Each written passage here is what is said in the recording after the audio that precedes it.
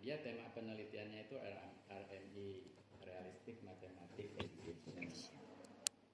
Nah, kalau temanya adalah matematik, Realistic Mathematics Education, maka di latar belakang itu yang menjabarkan state of the art itu, awal-awal kita jabarkan trend research-nya dulu. Jadi trend research yang terkait dengan realistic mathematics education seperti apa, jabarkan gitu yang penelitian, bukan melihat kelebihan kelemahan penelitian ini dan sebagainya, itu yang keliru di awal-awal kalau menurut saya. Tapi dia harus menjelaskan tren-tren penelitian yang terkait dengan RMI tadi mestinya. Nah, setelah itu dicarilah research gap atau permasalahan-permasalahan penelitian-penelitian yang terkait dengan realistic mathematics education. Nah, cuman Nora kemarin kan nggak menemukan permasalahannya research gap-nya. Gampang saja dia RMI itu kan gitu kan belum pernah menggunakan computational thinking misalnya gitu kan, atau RMI itu belum pernah menggunakan etnomatematik. Itu dianggap sebagai riset, ya bukan gitu. Tapi harus ada riset-riset yang mengatakan bahwa ada nih tantangan-tantangan permasalahan pada saat problem propose-nya itu. Yang sintak pertama dari realistic mathematics education itu kan gitu, itu apa, sehingga obatnya itu adalah matematik ya. Jadi etnomatematik, dan lebih spesifik lagi nanti obatnya itu. Nah, itu baru ketemu novelty gitu kan. Jadi nanti novelty-nya dia itu untuk membangun teori baru atau model pembelajaran yang terkait dengan itu, dia ada menambahkan etnomatematik. Tapi harus lebih spesifikkan lagi seperti pertanyaan Bu Tinta, etnomatematik yang mana nih gitu ya kan gitu. Nah, diambil dari mana? Jadi kebudayaan yang mana nih yang diangkat yang ada kaitannya dengan matematik, mungkin dari sisi pattern, dari sisi bangun ruang, dari sisi apa dan lain sebagainya yang relevan dengan topik dari matematika yang diajar gitu. Kemudian berikutnya dia ingin nambahkan computational thinking untuk menutupi sintaks yang keberapa gitu ya. Nah, cuman masalahnya dia kan nggak menemukan research gap gitu dari penelitian-penelitian sebelumnya. Cuman hanya bilang bahwa RMI tadi belum pernah menggunakan computational thinking. Nah, itu bukan. Itu bukan ya. Bukan gitu. Jadi ketika ada research gap dan solusinya itu dengan disiplin ilmu kependasan, misal computational thinking itu kan kependasan, maka itulah novelty kita. Tapi kalau Ibu Yuyun itu misalnya dunianya dan manajemen pendidikan kan itu, maka obatnya obat manajemen pendidikannya, misalnya pengelolaan apanya, pengelolaan kelasnya atau apa gitu yang nggak ngerti gitu. Nah, itu cocok untuk prodi MP gitu kan. Nah, kalau pendidikan dasar ya dasarnya apa gitu untuk memecahkan masalah itu. Nah, itu.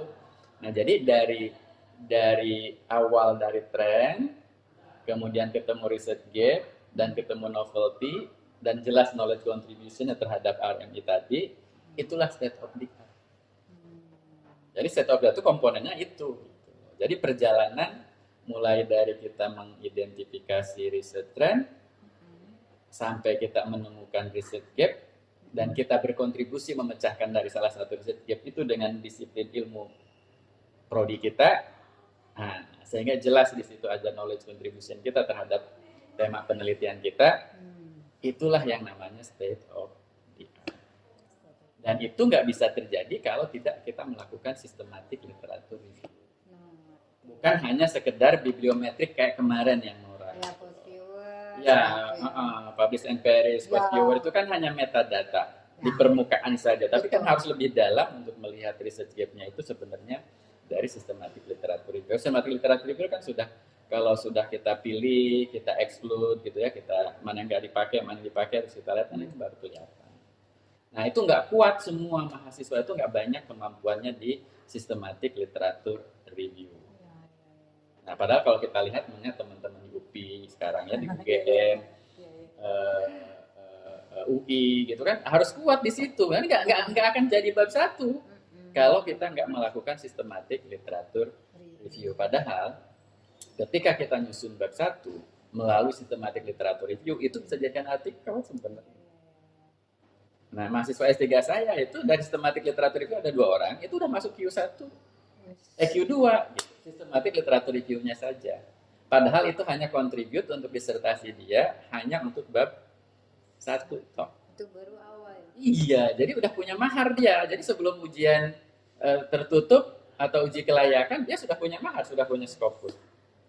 Boleh bertanya, Ayah, kalau matematika umpamanya yang di adopt tuh RME dan segala macam. Nih kemarin saya begitu dikasih arahan oleh Prof. Jafar jadi model pembelajaran PKN, saya langsung civic itu aduh kok nggak ada ya, apakah Ya, saya nggak paham ya kalau untuk Iya. education itu kayak gimana.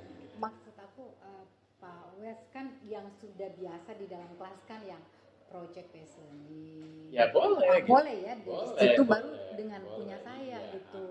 Gitu. Oke.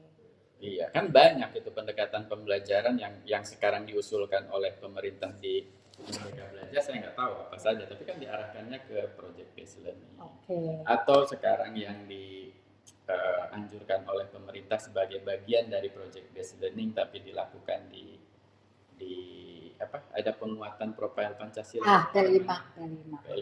Gitu. P5 itu kan sebenarnya project, Ya. tapi tidak dilakukan oleh guru, tapi project yang dilakukan oleh sekolah. Kan gitu ya, untuk mengembangkan karakter Pancasila kan gitulah sebenarnya. Nah, itu sebenarnya isu baru ya, artinya dan itu menunjang kebijakan pemerintah. Tapi Ibu kan harus menemukan di dalam project based learning yang bukan level mata pelajaran kan, level itu seperti apa. Tapi basic konsepnya kan diambil dari project based learning sebenarnya. Iya. Oke, nah kalau Ibu bisa menemukan tren penelitian di project based learning in elementary schools kayak gimana nanti dan ada konteksnya dengan pengembangan karakter tertentu harus begini, Ibu menemukan gap, nah di situ ada novelty kan. Nah, novelty-nya dengan apa dari ilmu kedasan yang lain terkait dengan PKN. Kan sama polanya gitu. Jadi Ibu harus menemukan dulu tema penelitian kita apa. Ya kan, misalnya model pembelajaran untuk penguatan karakter kan begitu ya. Penguatan karakter dengan pendekatan project based learning yang sekarang dipakai di Indonesia itu dengan P4, P5 apa namanya istilahnya begitu. Nah, itu juga kayak gimana kan gitu. Nah, itu Ibu kembangkan. Nah, itu banyak sekali peluang-peluangnya karena ada beberapa tematik yang diangkat di P5 itu, ada environment, ada gotong royong, ada apalagi dan sebagainya. Nah, bagaimana agar terjadi itu dan itu kan berjalan selama itu boleh. Jadi model Ibu kan gitu nanti itu. Nah, kalau S3 harus nyampe segitu, kalau S2 kan enggak. Ya. Tidak membangun teori baru gitu untuk menghasilkan itu. Nah, kemarin juga ada pertanyaan kan, saya terakhirnya untuk meningkatkan apa? Saya kan untuk mengembangkan ke kompetensi multikultural. Kata Prof. Jafar nggak usah ditulis nih judul. Ya, nggak apa-apa. Ya, silakan aja kalau itu. Tapi tidak terlihat ini nih kebermanfaatan nanti untuk apa gitu, gimana? Ya buat sah-sah saja mau ditulis mau enggak. Oke. Sah-sah saja. Oke, baik. Nah, sekarang pelaksanaannya nih, Prof. Prosedur. Ya, kalau penelitian pengembangan itu, kalau Ibu pakai penelitian pengembangan seperti saya bilang tadi, bahwa R&D itu basically itu adalah pendekatan penelitiannya itu adalah mixed method. Kuantitatif dan kualitatif yang terembed di dalam satu pelaksanaan penelitian tadi.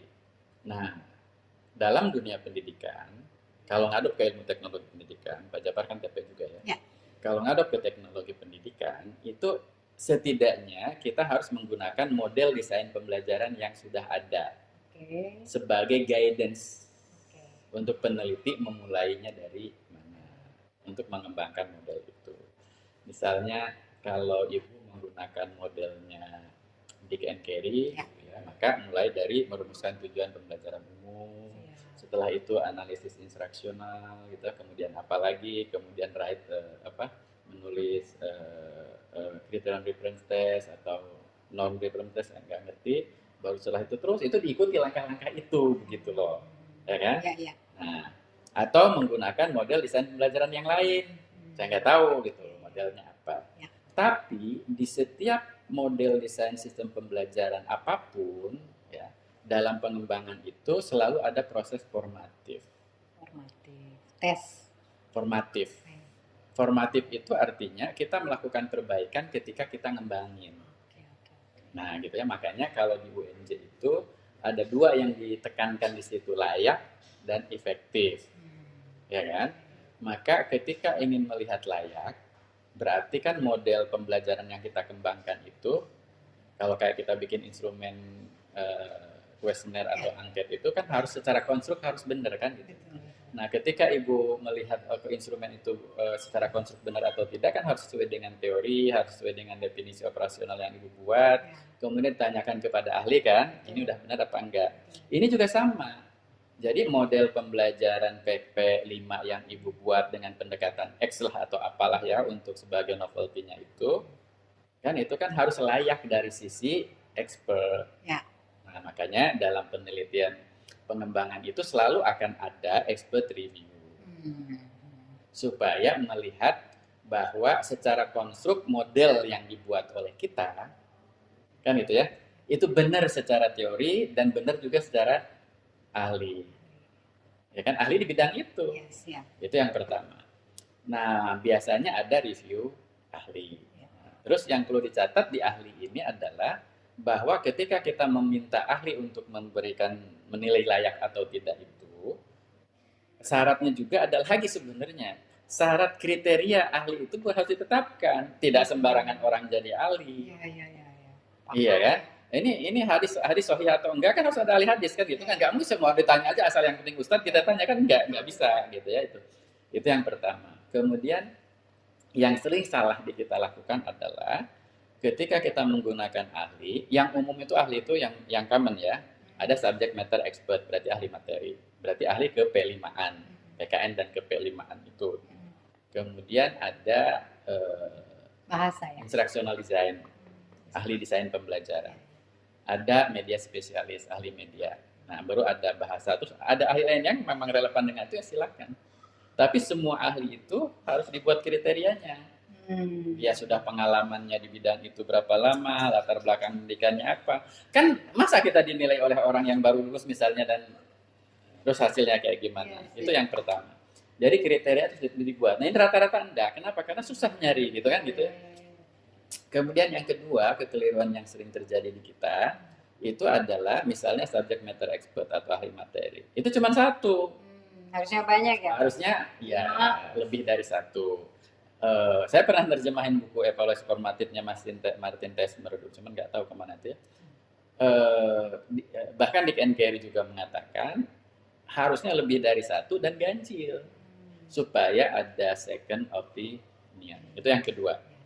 Nah, yang ketiga, yang ditanyakan kepada ahli ketika formatif tadi layak atau tidak, bukan hanya sekedar angket yang mengukur nilai 1 sampai 5. Tapi yang Ibu buat ini saya buat ininya rumusan tujuan pembelajarannya kayak gini karena gini-gini, ya datangin ahlinya gitu. Kayak gini. Sehingga langsung dapat masukan dari dia secara tertulis. Atau kalau secara oral di sini. Sebenarnya bisa juga 3 ahli itu di panel. Kayak focus group discussion, tapi focus questions-nya sudah kita siapkan. Jadi pertanyaan-pertanyaan yang kita fokuskan untuk ditanyakan supaya nanti ada perbaikan. Nah, sehingga kalau itu sudah dapat masukan dari 3 ahli, kan itu kan ada kuantitatifnya, ada kualitatifnya di sini. Ya kan? Nah, sementara yang terjadi keliru di sekarang ini adalah cukup melihat dari angket yang sifatnya kuantitatif, dipresentasikan, nah itu dianggap layak. Padahal kalau 4,5 dari tertinggi 5 kan berarti ada 0,5 yang kurang. Itu kurangnya di mana kan kita nggak tahu. Iya kan gitu ya.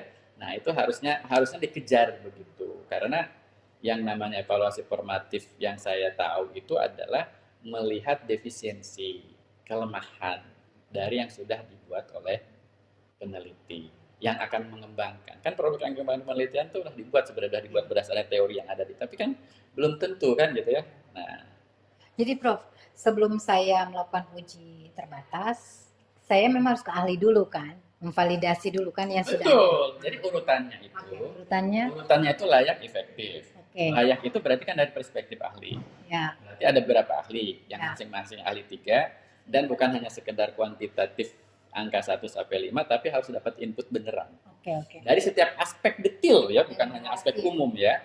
Aspek detail dari produk yang kita kembangkan. Which is produk kita kan model pembelajaran tadi kan gitu kan. Dari berbagai aspek detailnya ya, jangan hanya umumnya aja. Misalnya Koper yang bikin modul ya. Koper telah sesuai dengan prinsip-prinsip desain pesan 1 2 3 4 5. Enggak. Ibu datang ke saya, misalnya ahli media, lihatin covernya saya buat begini, tulisan begini, nanti saya akan masih masukkan saat itu juga. Ya. Mestinya begitu. Ya kira-kira itu kalau kita Siap. bikin. Siap. Nah, kemudian setelah dilakukan, kalau ngacu ke Martin Tesmer, setelah dilakukan evaluasi review ahli, maka ibu bisa masuk ke layak juga dari potential user. Berarti ada one to one kalau menurut Tesmer dan juga Dick and Carey. Itu apa tuh? One to one evaluation. Berarti dari perspektif potential user, berarti kan dari perspektif nanti siswanya yang akan belajar dengan itu. Ya. Nah, teorinya mengatakan bahwa ketika kita melakukan one to one, berarti kan one to one itu berarti kan ibu datang ke satu orang, nyobain model yang ibu praktekkan dan sebagai satu orang, ada kesulitan dan sebagainya, nanti satu orang lagi. Nah, itu juga ada kriterianya. Atau ke sekelas nggak bisa tuh? Iya, one to one. Kalau dari jumlah boleh banyak, tapi one on one. Oke. Ya, jadi kayak gini one on one itu, gitu kan? Gitu bedanya gitu. One on one bisa ibu observasi, bisa ibu wawancara, bisa ibu apa. Kalau saya melakukan ini dan sebagainya kan gitu ya. Nah, itu one on one. Nah, kalau menurut Martin Tesmer, ketika ibu melakukan kelayakan dari sisi ahli, boleh paralel dengan one on one. Ya. Tapi menurut Dick and Carey, itu baiknya di dalam bab formative evaluation-nya ada chapter yang terkait dengan itu baiknya dari ahli, kalau ahli 1, ahli 2 kan masing-masing keahlian, itu boleh secara paralel ibu lakukan perbaikan berdasarkan masukan dari ahli. Setelah diperbaiki, baru one to one. One on one. Dari harapannya dari one on one itu kan memperoleh input. Nah, one on one itu ibu harus membuat 3 kelompok at least. Novice, moderate, sophisticated. Novice itu berarti siswa yang biasa-biasa saja, moderate yang sedang-sedang, siswa yang pintar. Nah, let's say ibu one on one-nya akan gunakan 15 orang misal ya. 15 orang tuh ya bisa one on one loh, asal ibu datang satu-satu kan gitu. Nah, maksudnya 15 orang itu 5 orang novice, 5 orang moderate, 5 orang sophisticated. Dasarnya apa novice itu ibu harus pakai juga, apakah dasarnya nilai raport, apakah dasarnya apa, tapi itu harus dipakai. Ini yang jarang diketahui dan nggak pernah diinikan oleh para mahasiswa gitu ya. Makanya saya kalau suka nguji suka gemes gitu. Oke. Nah, kita ngacu ke Tesmer dan juga Dick and Carey. Oke lah, berarti kan dari one on one kita punya masukan. Berarti kan kita revisi. Ya, baik. Setelah perbaiki, kita sempurnakan kan model kita, baru dilakukan ke small group. Oke, small group ya. Ya, small group berarti misalnya ibu one on one 15 orang. Small group 15 orang, nggak apa-apa. Cuman bedanya one on one kadang kayak gini satu-satu, tapi kalau small group berarti dalam satu situasi senyatanya, tapi jumlahnya memang kecil. Situasi senyatanya ketika produk itu ibu implementasikan. Ya, produknya kan model pembelajaran itu dilaksanakan, berarti kan kelas kan kalau model pembelajaran kan gitu. Nah, itu dilakukan berapa 15. Nah, ibu lakukan itu misalnya ada gurunya ngajar gitu, ibu observasi, Bukan ibu ya. Hah? Bukan aku yang ngajar. Ya bisa saja ibu bisa, yang ngajarnya, bisa orang lain yang ngajarnya. Tapi bukan hanya sekedar nanti anak-anak ditanya gitu ya di dalam skala 1 sampai 5, enggak. Ya kan ibu observasi, ada kesulitan, ibu tanya kenapa, ada catatan observasinya kan, atau teknik membuat catatan observasi juga nggak dikuasai oleh mahasiswa. Catatan lapangan. Nah, itu kan letak kualitatifnya kan sebenarnya. Iya kan? Gitu. Jadi di review ahli itu juga ada kualitatif, ada kuantitatif, kan di one on one small group juga ada. Nanti kan asumsinya kalau menurut ahli kita dapat masukan, kita revisi, asumsinya kan better tuh. Iya. Kemudian di one on one dapat masukan, kita revisi, getting better lagi, kan gitu kan. Kemudian nanti small group kita revisi, lebih bagus lagi, kan gitu kan. Kemudian nanti di field test, nah itu baru sifatnya lebih summative. Sifatnya tidak formatif lagi ketika field test. Field test itu ke small group itu. Field test itu berarti dilakukan oleh ibu di kelas nyatanya. Oh, so how many? How many ya it depends kan gitu kan. Gitu. I mean 101 terus small group. Iya, let's say misalnya one to one 6, jadi 2-2 kan. Iya. Novice 2 atau novice 3, moderate 3, sophisticated 3 kan dari 9 itu, dengan harapan dari 9 itu memperoleh input dari potential users. Ya. Karena kita sudah memperoleh input dari expert sebenarnya. Tapi expert itu kan hanya dari sisi konstruk, teori. Tapi kalau potential user kan dari empirik. Ya kalau instrumen kan empiriknya diuji korelasi dengan untuk lihat reliable atau tidak, atau validitas dengan apa Cronbach atau dengan korelasi sekitar tertentu kan. Tapi kalau ini kan sebenarnya ingin melihat secara empirik ini efektif mbak kan gitu ya. Nah gitu ya. Maka dilakukanlah one on one, dilakukanlah small group. Nah, Maaf potong. Nah, pengukuran yang kita lakukan itu apakah ada standarisasi tertentu atau kita sendiri yang bikin? iya, artinya kan instrumen yang untuk mengukur alat untuk mengukur ketika one on one kan juga multi data collection teknik kan. Kan tidak hanya satu kan? Iya kan? Gitu. Jadi silakan. Yang penting jelas ya memakai apa. Setelah sumatif. Iya, jadi ketika ibu melakukannya dengan observasi, dengan juga tanya jawab dengan mereka, ya kan gitu ya. Maka kan kita menganalisis datanya itu kan dengan triangulasi kan sebenarnya. Itu ciri khas dari penelitian pengembangan begitu. Jadi sampai asumsinya tadi itu, kalau sudah dapat expert, berarti kan kita perbaiki. Ya. Kan itu kan lebih baik mestinya. Ya. Model yang kita kembangkan. Kemudian setelah itu dilihat oleh one on one, kan gitu kan? Kita triangulasikan data itu sehingga mana yang harus diperbaikinya jelas, kan diperbaiki lagi, ya kan? Nah kemudian small group, dapat lagi masukan lagi, perbaiki lagi, kan gitu kan? Kemudian masuk lagi field test. Ketika field test memang kalau untuk diperbaiki lagi boleh, tapi kalau untuk kebutuhan kita kan sebenarnya di field test itulah terakhir kan gitu ya. Maka di field test itu sebenarnya apakah ada perbedaan gitu kan? Nah makanya tadi pertanyaan Bu Pinta, apakah eksperimennya itu harus murni yang kemarin Nora itu ya? Apakah cukup dengan pre and post test, which is itu kan one shot case tadi atau istilahnya kuasi eksperimen, gitu ya.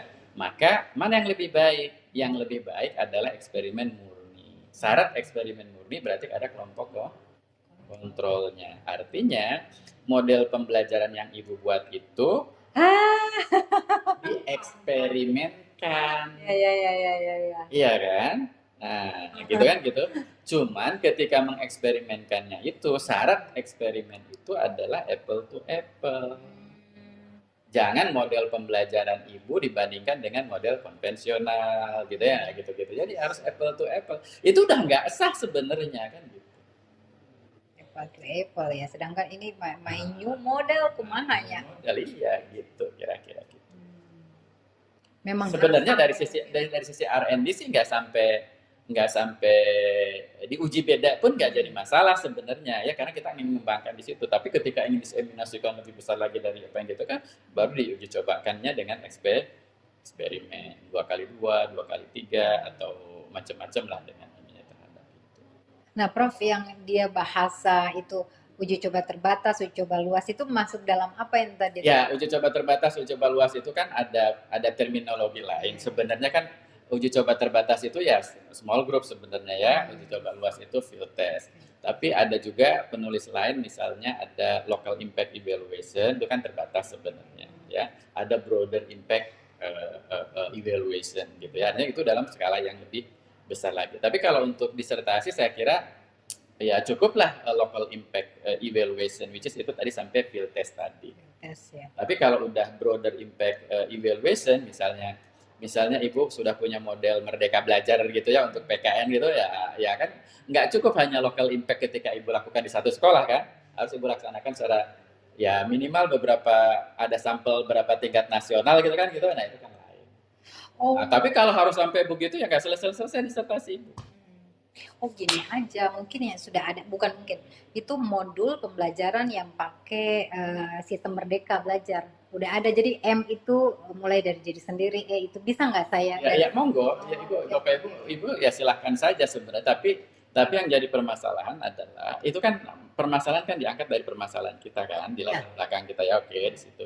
Tapi setelah itu ketemu permasalahan di kita itu kita harus sudah mulai masuk ke SOTA tadi. Ya, state of the art. Nah, masalahnya kurikulum Merdeka itu baru. Iya, kalau di kita itu terpisah antara SOTA dengan latar belakang kan gitu ya. Kan mestinya kan di latar belakang itu kan menggambarkan SOTA sebenarnya sampai ujung-ujungnya. Yes. Gitu. Tapi di beberapa perguruan tinggi kan dipisah. Ya nggak jadi masalah sebenarnya kan. Kan di latar belakang kan sampai segini doang kan gitu. Nanti dikerucutkan di SOTA-nya khusus sendiri tentang kebaruan penelitian kan atau apalah nama subbab satunya itu yang di UNJ itu kan gitu ya. Ya, sah-sah aja gitu juga benar. Toh nanti kalau dilihat dari atas sampai bawah kan tuh membentuk satu state of the art yang ujung-ujungnya problem statement-nya clear. I mean, jurnal-jurnal internasional yang penulis luar kan tidak berkontribusi untuk kurikulum Merdeka gitu. Jadi memang ya, tapi bukan jangan cari istilah kurikulum Merdeka, tapi esensi dari kurikulum Merdeka. Esensinya sendiri. Apa? Sebenarnya kan kurikulum Merdeka kan experiential learning kan gitu. Sebenarnya yang dimaksud kurikulum Merdeka itu ada student center active learning kan gitu kan sebenarnya. Ya itu ya. Ya kalau nyari itu nggak akan ketemu. Saya tuh masih terpatri ke model yang sudah ada itu apa? Ya nggak apa-apa, model yang sudah ada dikembangin lagi dengan teori-teori kependidik dan dasaran yang ada ya nggak jadi masalah. Satu lagi Prof terakhir, nanti sintak model saya itu, model yang saya pakai itu mengikuti sintak, mengembangkan dari sintak model sebelumnya atau mengembangkan dari yang Dick and Carey itu? Bisa baru, bisa ngembangkan, bisa enggak. Bisa mengembangkan baru, bisa menambahkan, bisa modifikasi, bisa terserah ibu. Dari yang model itu atau yang Dick and Carey? Dick and Carey kan hanya cara mengembangkannya, bukan modelnya. Kan. Oh, berarti ya. Contoh ya, misalnya Profesor Atwi Suparman itu di Syracuse University, dia itu disertasinya itu mengubah modelnya Dick and Carey menjadi modelnya Atwi. Keren kan? Prof Adwi yang UT. Atwi Suparman iya, keren. Sekali Dick and Carey dia hajar kan gitu. Ada yang kurang ininya, dia novelty-nya itu. Novelty-nya itu evaluasinya ditempatkan di sini. Itu keren banget. Iya. Salut kita bangga gitu. Sekali Dick and Carey saja bisa dibantah oleh dia dan tesisnya bisa dipertahankan oleh dia dalam disertasinya. Jadi dia melihat ada gaps di situ. Sehingga kalau gitu pembuatan tes itu posisinya di sini menurut berdasarkan. Nah, kenapa dia bisa begitu Prof Atwi itu? Karena dia berkecimpung selama ini sebelumnya itu sampai itu di dunia evaluasi. Jadi dia bisa membantah itu. Makanya saya bilang ketika kita meneliti di S3 ya terutama ya tentang hal tertentu, maka kalau kita nggak punya sense of familiarity tentang tema penelitian kita, passion kita nanti akan hilang. Nggak kuat juga. Semuanya serba baru, R&D baru, yang ditelitinya juga baru. Semuanya serba mau mempelajari, terus kapan mulainya kan? Iya, aduh. Aku tuh nggak mulai. Gitu. Ya, alhamdulillah dah. Ya. Oke. Apa lagi ya? Banyak pertanyaan. Maaf mengganggu. Ini satu lagi teh apa ya tadi teh? Jadi menemukan modelnya itu terus dikembangin. Oke, kemarin teman saya yang di pendidikan lingkungan hidup dia pakai validator tuh 15. Ya bisa jadi. Dia ngembangin instrumen. Iya. Setelah itu juga dia kalau instrumen dicobanya juga populasinya cukup besar. Kalau saya bikin model kan memang di dalamnya harus ada instrumen ya. Harus juga instrumen. Iya, kan sama seperti case study research ya. Kalau ibu mengembangkan R&D pasti mau pakai multi data collection technique. It is emas, itu adalah kebutuhan, nggak mungkin bisa hanya pakai satu. Jadi ada unsur triangulasi di situ pasti. Kan kuantitatif kualitatif itu kan sebenarnya. Iya, kuantitatif kualitatif mix method. Cuman ya karena pendidikan maka kita menggunakan model desain pembelajaran yang kita bisa ya supaya ada guidance gitu, mulainya dari mana. Oh, aku ingat last one. Aku bisa kalau cuma pakai 4D gimana? Terlalu itu ya? 4D apa? Yang jangan pakai. Ya 4D ya banyak sebenarnya model. Nggak apa-apa. Boleh, model desain sistem pembelajaran itu banyak banget. Ada ratusan. Iya. Ya. Tapi kan udah orang Indonesia aja membuat model desain pembelajaran. Ada Bu Dewi Salma di sini namanya program. Profesor Atri Suparman namanya MPI, which is itu merubah sedikit dari Dick and Carey. Iya. Si Uwes namanya Pedati. Bagaimana mendesain pembelajaran daring gitu kan. Terus ada Prof Santiase itu apa ya, saya juga lupa namanya, dari Undiksa. Profesornya dulu dia profesor disertasinya dulu dia mengembangkan model desain sistem pembelajaran yang sama kayak saya gitu ya. Kalau ibu kan tidak mengembangkan model desain pembelajaran tapi mengembangkan model pembelajaran saja kan gitu. Ya banyak. Terserah gitu ya apa yang mau dipilih. Iya, bahkan paham ya. Bahkan Gustafsson dan Ken Gustafsson itu bahkan mengklasifikasikan dari sekian banyak model desain pembelajaran, ada yang kategori orientasi kelas. Berarti itu hanya untuk mendesain 1-2 jam pelajaran. Ada orientasi sistem ya gitu, Pitbook, Gerald Camp, kemudian Dick and Carey, MPI, kemudian masih banyak yang lain lagi. Ada yang berorientasi produk, menghasilkan kayak media atau video atau segala macam. Iya, itu menurut versi dia kan gitu. Di kita sendiri dulu ada Profesor Yusuf Hadi Miarso itu mengklasifikasikan model desain pembelajaran, ada 5 klasifikasi menurut dia gitu kan. Nah tapi ya terserah gitu, kita mau pakai yang mana. Buku-buku TP yang bisa direkomendasikan Pak Wes? Ya misalnya ibu cari di internet itu adalah, kalau 4D itu kan masih agak cukup lama ya. 1974. Tahun berapa? 74 ya. Nah kalau ingin yang baru itu 4D Holistic Model. 4D Holistic Model. Ya, itu kan baru, sama sih prinsipnya. Semua model desain pembelajaran itu prinsipnya itu terdiri dari ADDIE, Analysis, Design, Develop, Implement, Evaluation, pasti ya semuanya juga. Tapi kan ibu nggak mungkin menggunakan model desain pembelajaran yang berorientasi kelas ya untuk mengembangkan. Wow. Gitu. Thank you so much nih. Oke. Nanti kalau masih boleh bertanya kan kalau sudah. Boleh. Prof Jafar sih ke Wes aja. Nanti ini di rekaman ini nanti masih saya juga. Iya. Di YouTube lah biar jadi podcast sedikit. Siap. Ya. Pak Wes, aku ada coklat buat buka puasa. Iya cocok. Tapi kan nggak perlu ngasih gini-ginian, nggak apa-apa. Enggak, kemarin baru pulang. Ya mau kasih bapaan juga. Semua dosen aku. Oke, thank you ya. Berbukalah dengan yang manis. Ya. Terima kasih. Nanti bisa kasih ke saya. Siap. Nanti saya taruh di YouTube supaya orang lain juga bisa. Siap. Ini bagus.